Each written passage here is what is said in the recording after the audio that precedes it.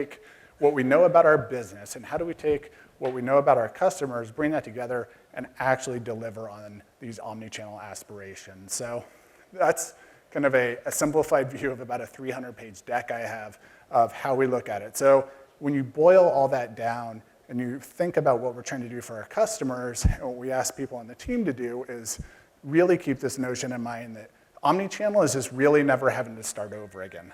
So if I do research at home and I walk into a store, the pricing, the marketing copy needs to be the same. If I call a contact center for help, they need to know about me. So when you look at projects, and I field a lot of calls from startups and entrepreneurs and even some of the biggest tech companies, and they've got this very narrow slice. They've got this great little thing. But when we're trying to solve for a true omni-channel experience in a $50 billion plus organization, we need a wider view of the world.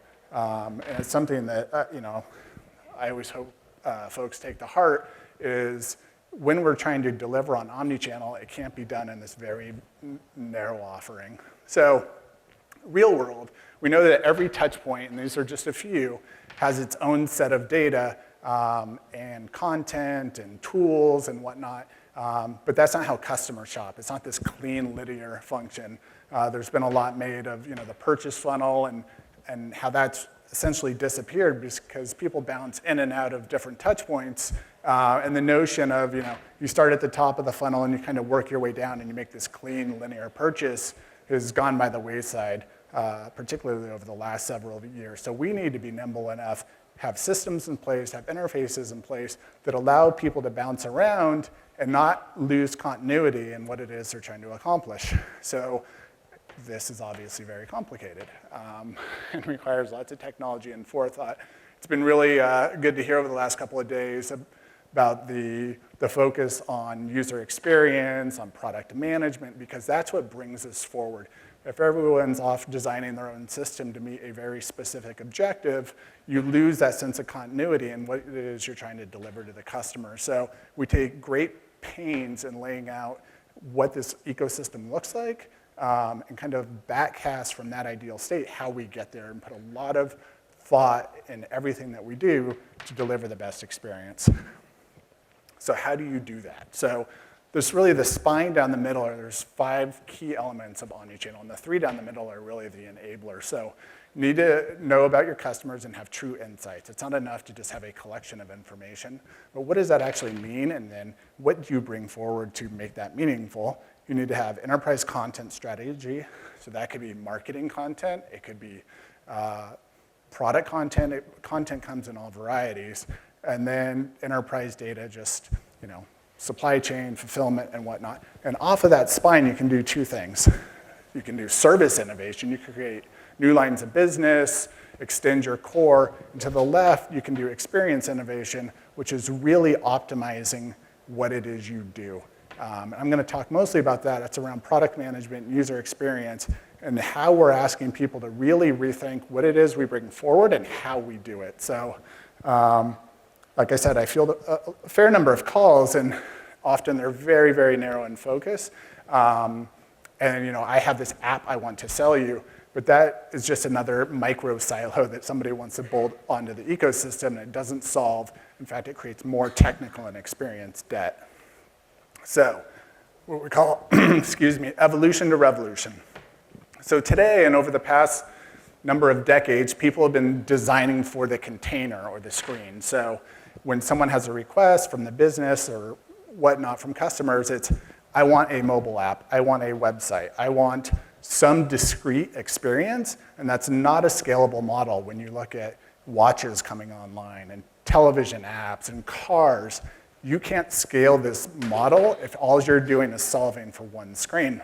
So tomorrow we rip it apart and start over. So you need to separate UX, UI design, content, and web services, or any of your technology enablers, abstract those, and then lay the human element across it, which is who, what, when, and where, and think about it in this modular approach. So rather than, say, a product detail page, which is universal across every product where it's got an image and an add to cart button and a gallery, some reviews, And no matter what the category, it's exactly the same. That doesn't make a whole lot of sense because people don't shop washing machines the same way that they shop screws. It just doesn't make sense. And even taking into account geographical elements, if someone lives in a cold area versus a hot area, did they come from search? Are they a frequent customer? So all you really do is create this collection of modules, and then you reassemble them on the fly to deliver on the intent of what it is you're trying to deliver the customer. In a very simplistic manner, it kind of looks like this. So we talk about personalization.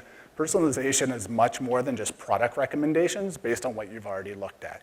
It is taking all of these elements into account, presenting an experience that is truly personalized, whether that's on a desktop, on a phone, in my car, on my watch. It does not matter because it's all assembled in these modular components, which are then assembled for the particular person. So this is really, really important, again, as you think about user experience and product management, that this notion of these discrete container or screen-based experiences are going by the wayside, and this is how things need to be done going forward.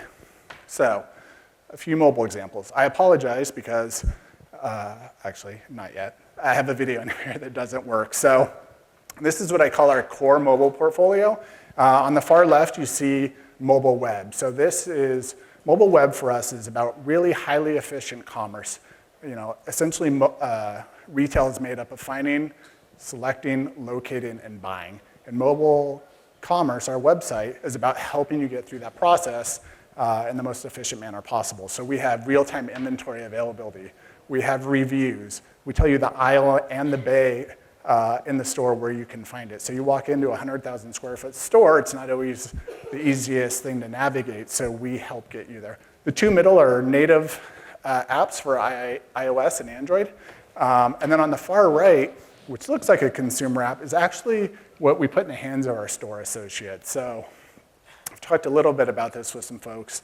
A few years ago, we bought 42,000 iPhones and put them in our stores. That's about 25 per store, with two goals in mind. One was operational efficiency and putting things like sale through, inventory positions for products, very print pricing labels and whatnot. So very operational. The other side, and I'll show a few examples, is enabling a better customer experience by, again, connecting our store associates with our customers. So one of the things that's unique and we took a strong position on from the outset was the app that we put in the hands of our store associates is just as important, if not more important, than the app we put in the hands of our customers, from performance, UX, design. So the same folks that work on our customer portfolio work on our associate portfolio, and that's a really key element. If you go into most any business, whether it's a hotel or a retail that has frontline staff, and you look at the tools that they're using, they're generally these antiquated green screens, or they're comprised of shortcuts using function keys, and it's not a way to deliver really compelling experiences, and it's certainly not something you would want one of your associates turning around and showing someone. In fact, most of the time, stores are embarrassed by them, and they kind of position them so no one can see them. This is meant to be front and center in the experience, and we're extremely diligent about maintaining that. So lastly, and this is kind of outside the core, but very important, Lowe's actually runs one of the largest print magazines, or largest magazines in the US, and it's free.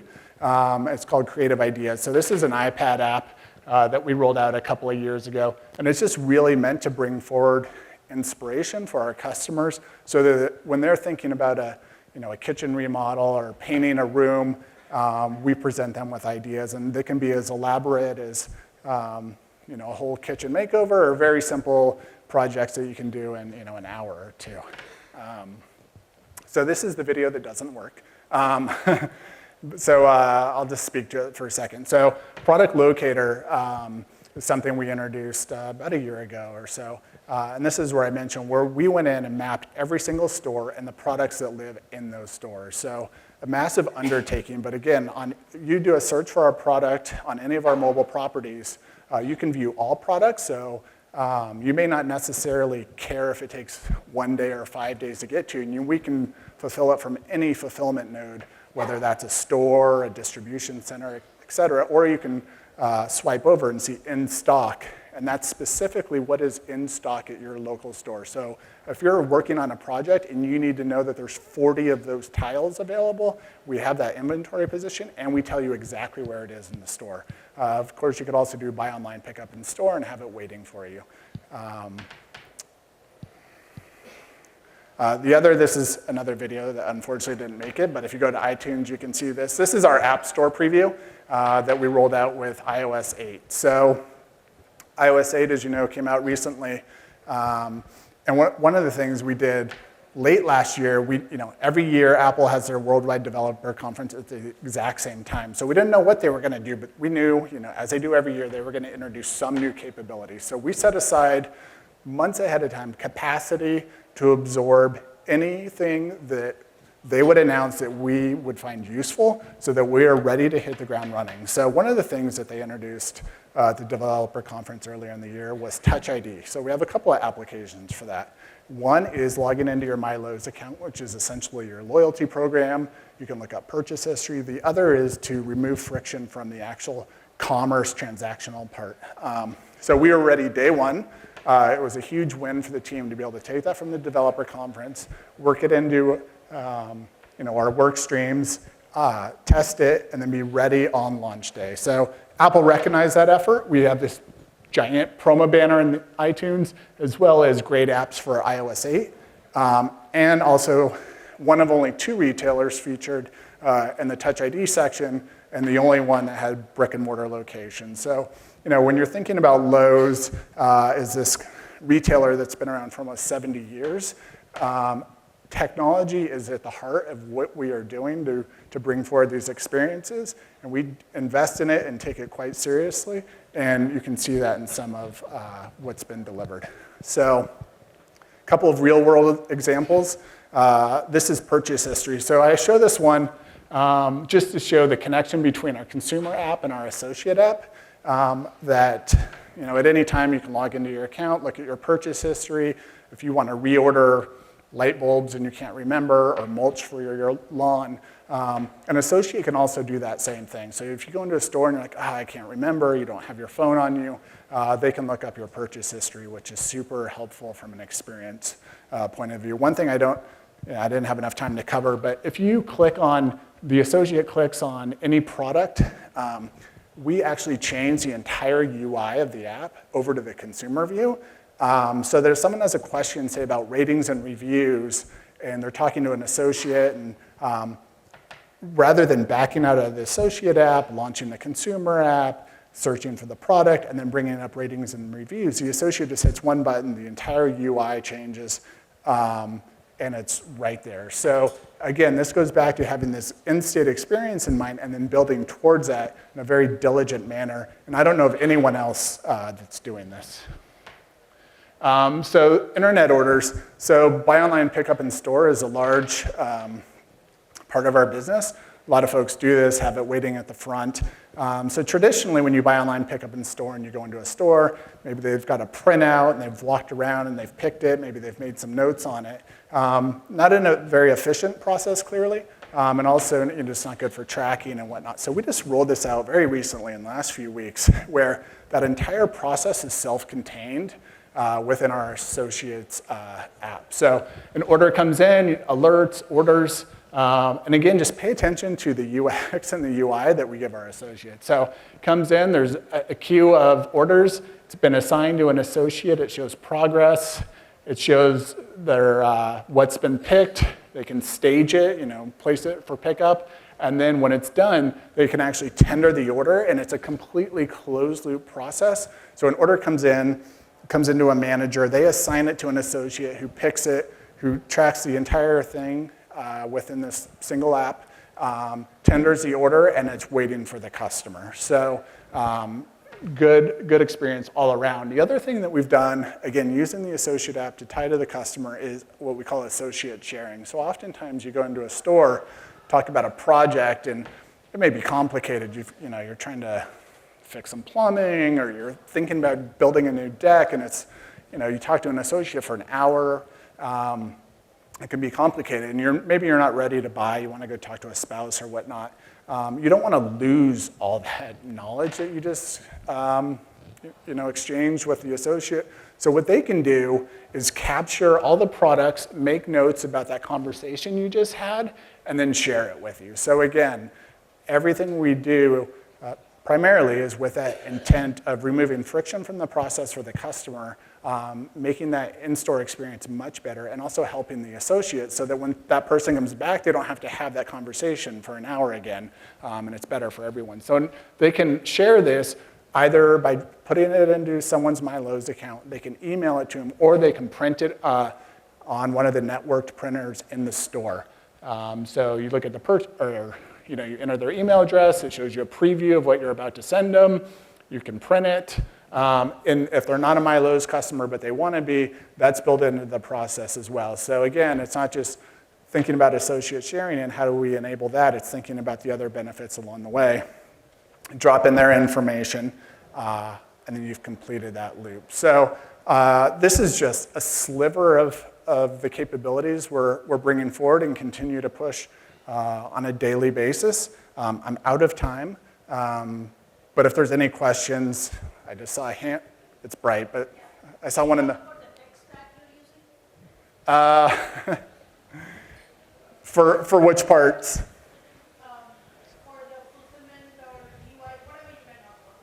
Yeah, I mean, everything's native, so we don't just do HTML5 for native apps. I mean, we have iOS teams, we have Android teams. Clearly, we have teams for the browser as well. Yeah, I mean, we've got a pretty robust tech stack. I can talk to you offline about that. Yeah, we can take one more question. Yeah, what is here? Sure. Oh. So it's a public knowledge that Sears use Hadoop for big data. What is the solution which you guys use? We also heard that Walmart uses a customized application, in big data. Yeah, specific questions around that we could take offline. Yeah. Do you come to know when the consumer is entering the shop through the mobile phone signal that this person has entered and the associate can go and speak with him accordingly, one. Secondly, are you using iBeacon in some way, testing it out or? So we use, I won't specify the technology, but we do use geolocation. So for instance, one of the things that our MyLowe's, so we use Passbook and Touch ID and all that. So one of the frustrations our customers have who are MyLowe's members is when they come in, if they don't scan their MyLowe's card when they make a purchase, it doesn't get associated with their account, and it's kind of annoying. So if they're a MyLowe's member and they have the app and they approach the store, we actually prompt that for them. Shortly, and it's not in here, we'll also be introducing a widget for the home screen that has your shopping list on it, as well as access to like our weekly ad, which I didn't cover in here. So we are doing geo and some messaging, but I can't get into the specifics around. But suppose a person walks into the shop, you automatically come to know it's this customer has entered or not yet? No, we're not doing that yet. Not doing it. Yeah, but we have Wi-Fi in every store as well. We've had that. Okay. I mean, Sean will be around, right? So this one. Yeah, I'll be around. He will be around. Okay, please. Feel free to- Thank you, everyone. It's been a pleasure. Thanks a lot. Oh. Thanks a lot for this. Yep. Thank you. Thank you.